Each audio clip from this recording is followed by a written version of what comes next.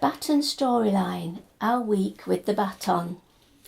The Centenary DWI Baton visited every federation before finally being presented to Her Majesty Queen Elizabeth during the AGM at the Albert Hall in June 2015. The Baton arrived in Derbyshire in June 2014, and that first day started with an interview on Radio Derby with Sally Pepper. The Baton was officially received from Nottinghamshire Federation at Cresswell Crags. The High Sheriff and his wife, David and Hilary Coleman, were there to support us as a fake baton was fired over to us from Nottingham Federation. First port of call was to Bolsover, and the weather was perfect as the baton was clapped in. It was a lovely atmosphere with WI members, and tea, strawberries, ice creams were served. On day 2, the Baton arrived in Chesterfield to be greeted by the Mayor and Mayoress, and the Mayoress climbed the steps of the famous spire to have photos taken with Chrissy, Sheila and the Baton. It was then a quick dash up to Buxton, where Graham Cooper took the Baton on his vintage tractor to a posh picnic, attended by the town crier and the mayor and hundreds of members.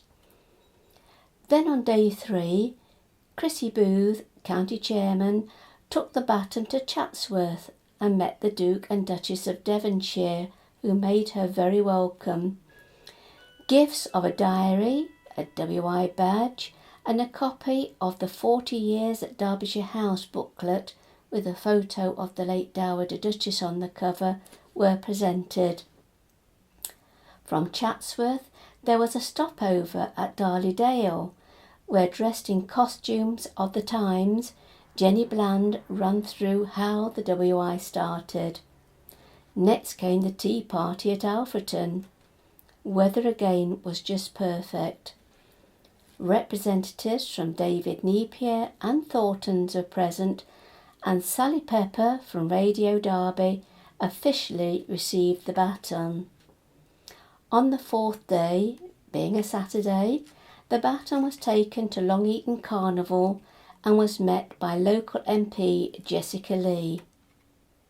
Day 5, Sunday, was spent at the county show in the WI marquee, with the Baton placed on a cushion designed and made by Maureen from Briz Valley WI, and later in the afternoon it was introduced to Titan the robot. Moving on to day 6, the Baton was taken to our headquarters in the morning, but in the evening arrived at Croot's farm shop in Duffield to meet well over 150 colourfully dressed ladies from the local 3 WIs who enjoyed fizz, sandwiches and cakes. What a wonderful evening in the summer sunshine.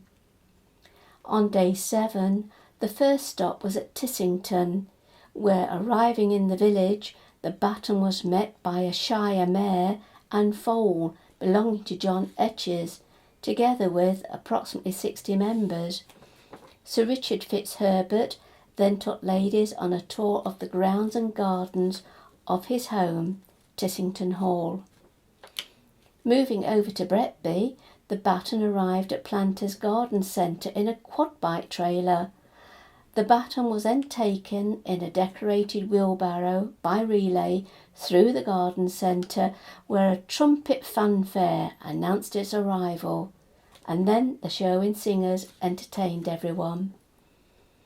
It was then off to Sudbury that evening for a very enjoyable supper provided by members of Sudbury WI. Day 8, and time to hand the Baton over to Staffordshire Federation. Several trustees met up at Walton-on-Trent WI for a lovely breakfast, where several members were dressed in varying clothes depicting various decades, and 5 members travelled to the National Arboretum in a landau pulled by 2 beautiful horses. It then became very reverent, deeply moving and solemn as members from both federations went into the chapel for the morning service, last post and reveille. The baton was then finally handed over at the WI seat with at least 200 members present.